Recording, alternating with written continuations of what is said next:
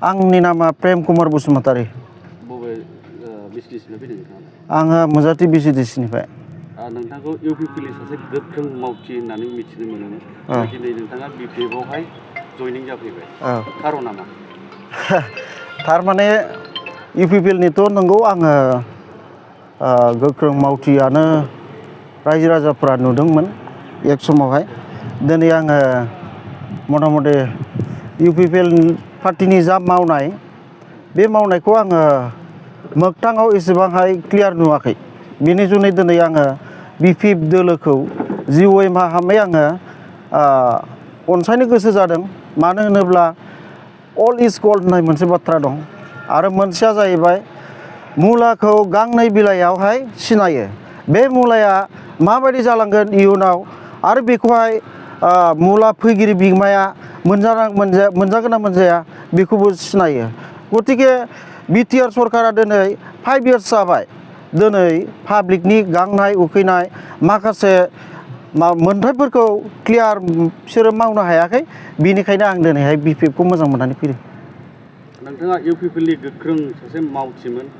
इउपिपिएलआ 5 बोसोराव मा मा खामानि मावबोदों डेभेलपमेन्ट?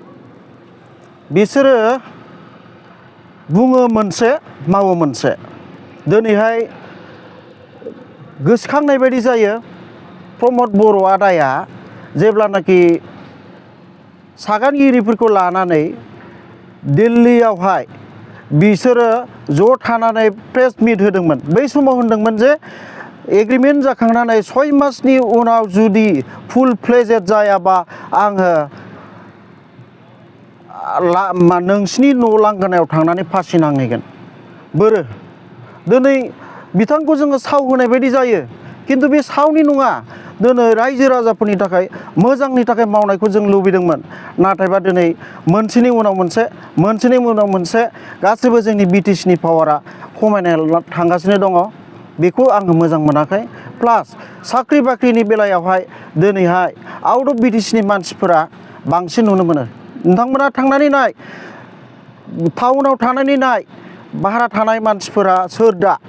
भारा थानाय मानसिफोरा गासिबो उन्दै उन्दै मोजां गथ'फोरा आउट अफ बिटिसिनि बिसोरसो दा 4th ग्रेड 3rd ग्रेड साख्रियावहाय बिसोरसो बाहागो मोनफैजोबदों। अब्ला बोरो बै समाव होनदोंमोन न'खर न'खर साख्रि होगोन, न'खर न'खर मोनसे अनसुंथाइ मोनगोन।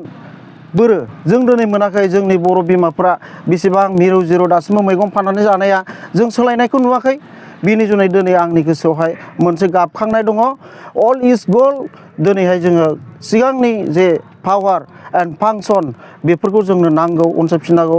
बर' हारिया खौसे जानांसिगौ। बेनिखायनो आंबो सासे बर'नि फिसा जानायखाय आं दिनैहाय अल इज गोल्डखौनो आंनो हास्थायनानैहाय फैनाय जादों। प्रमद बर'आ मोनसे बुंदोंमोन बेसेबांनाखि बेखार लाइमोनफोर दं बिसोरनो 2 लाख करि होनाय जागोन होननानै बुंदों। मिसा खथा। बेनि सायाव मा बुङो? मिसा खथा। सोर साबसे लाइमोननो होनो हादों? जोंनि बे 35 लाख बिटिसि बासिन्दाफोरनो सोर साबसे लाइमोना अनसुंथाइ मोनदों बिटिआर सरकारनिफ्राय? नोंथांमोना कालेक्सन खालामनानै सों, लाइमोनफोरनाव सों, मोननो हादों नामा सोरबा? आंबो सासे लाइमोन होनजायो। आङो आंनि जेसेबां खस्थ' खालामनानै आङो मावदोंमोन, बे मावनायाव आङो होनदोंमोन आंनो मावनाय जे खेथि खालामनाय बेयाव एसे एनै आंहा प्रब्लेम जाबाय, एसे अनसुंथाइ हरोब्ला मोजां जागौमोन ना। बेफोरावहाय मा बे आंनो मोननो हायाखै। अब्ला सोर साबसिननो होनो हादों? आरो बेखौ सोंदों, मोजां मोनदों आं बुंनो नागिरदों। दिनै आबादारिफोरनो बिसिडिसि मोनसेयाव ट्रेक्टर गंनै मोना। बोरो कालेक्सन खालाम, नोंथांमोना कालेक्सन खालाम। जुदि मोननो सोरबा माबा होनो हायोबा बेखौ आंहा बुंनांगौ गैया। खिन्थु मोनैखौसो आं बुंगोन, मावफुङैखौ आं बुंगोन।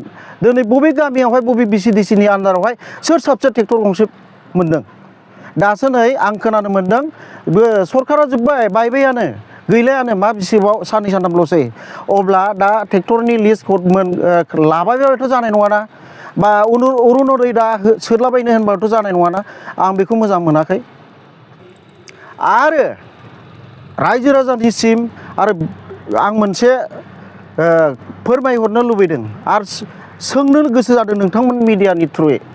दिनै हा फाट्टा रानदों बे हा फाट्टा राननायाव बेसेबां सासे करियावहाय बेसेबां करिया सासेयाव बेसेबां करिया खरसा जादों हा बेखौ नोंथांमोना थांनानै कालेक्सन खालाम ओमफ्राय मिडियायाव बुं जुदि गरसेबो लायाखैबाथ' आंहाबो बुंनांगौ जेबो गैया खिन्थु लादोंबा आंथ' खोनानो मोनो सोरनावबा 800 सोरनावबा 500 बेबायदि कालेक्ट जादों माबा सोरनोबा रेन्जारनो हैनांगौ सोरनोबा अफिसाव थांबा होनांगौ होननानै बेनो जाबाय फ्रि मावगोन ना बेफोरखौ जोङो मोजां मोनाखै सिगांहाय जे फैनाय मानसिफोरा सार्भे खालामनायफोरा लांबाय जाबाय खिन्थु दा बे लेखा राननायावबो दे बे 200 करिया 300 करिया लादों होननानै बुंदों हा दहाय फुङावसो आङो बे रिपर्टखौ मोनदों बेनि जुनै आं दा नोंथांनि मिडियायावहाय आं बे खोथाखौहाय बुंनाय जादों आरो नोंथाङा सासे इउपिपिनि गोख्रों लाइमोन हिसाबै दिनैहाय बिपिएफआव जयनिं जाफैबाय दा रायजो राजाखौ मा बुङो आङो बेखौनो खावलायनो सानो रायजो राजा आरो जोंनि समस्तनिल' नङा समग्र बिटिसि बासिन्दाफोर 35 लाख रायजो राजाफोरनिसिम मोनसे मेसेजखौ आं होयो दायो बिपिएफनि दोहौ जादोंलै बिपिएफनि फुरा दोहौ जादों बे दोहौ जानाया बेनो माने अल इज गोल्ड बेखौ जोङो नांगौ दा आं दहाय फंसे बुंलांदोंमोन ना बाथ्रा मुलाखौ गांनै बिलाइयावहाय सिनायो होननानै थिग बे बाथ्राया दा बेरखांदों जोंनि नोजोराव बेरखांदों रायजो राजा आइ आफाफोरनि नोजोराव बेरखांदों रायजो राजाया जाम्बा जाम्बि नंला दानि जुगाव क्रिटिसाइज खालामनो हानाय गोहोआ बयनावबो दङ बेनिखायनो जों दा बिटिआर सरकारखौ क्रिटिसाइज खालामनानै मोनबाय बिटिआर सरकारा रायजो राजाफोरनि थाखाय मालाबाबो मोजां खामानि मावलांनो हानाय नङा आरो साक्सेसफुल जानाय नङा आरो बिसोर माब्लाबाबो मोनफ्रोमबो समस्थियावहाय